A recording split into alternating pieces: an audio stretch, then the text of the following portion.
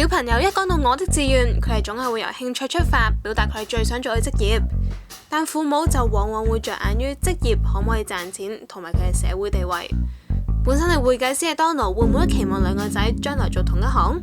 對於新一代嘅父母，親子理財專家李欣博士就提醒佢哋，盡量唔好將自己嘅興趣同埋喜好加諸喺仔女身上。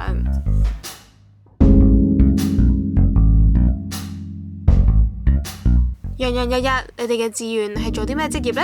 我想做籃球球員，我想做一個城市規劃師，因為我想整條路可以快啲到機場就可以。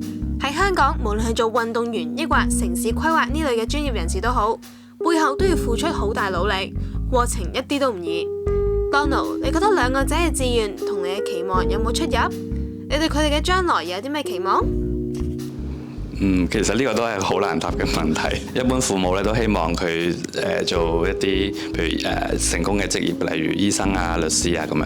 咁但係其實都過來人啦，自己都有經歷過即係個思考自己做咩職業啦。咁但係都發覺其實係有時都係睇翻佢自己嘅興趣，即係自己嘅興趣或者能力做到啲乜嘢。咁所以我都係交翻俾佢哋自己去選擇自己嘅路啦。係。Edmond，為人父母都希望仔女可以進入一啲行業，令佢哋將來可以生活無憂。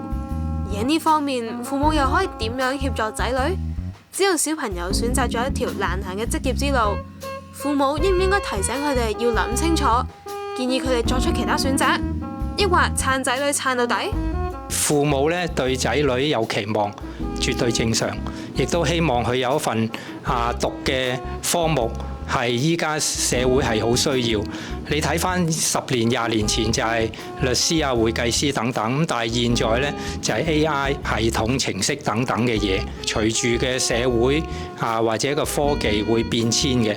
咁所以我哋父母呢，其實第一樣嘢要做呢，就係睇長線啲、睇遠啲。自己本身係律師，就希望去做律師，其實就唔係咁好嘅。因為如果你係將你嘅興趣、將你嘅個人嘅意願呢，而係加諸喺個小朋友身上呢，如果佢個能力或者個興趣根本係冇嘅，咁就佢點會開心呢？當然佢哋咁細，可能會好大機會會變啦。但係起碼我哋都聽咗佢先。好啊，如果你中意呢樣嘢，咁你可能喺設計方面要花多少少功夫啊。係籃球員，你可能做多啲運動啊。咁所以你可以咁樣鼓勵下佢咯。我哋點解要咁早限定我哋嘅小朋友一定要做咩專業或者咩行業呢？我哋應該首先就係俾佢個信心，就係你其實可以嘗試㗎。到佢哋呢個年代呢，未必係一個工種嘅，做3、4種工種，完全唔同範疇都有可能。咁所以我哋應該建立佢就係願意嘗試，願意去努力去做，咁就可以㗎。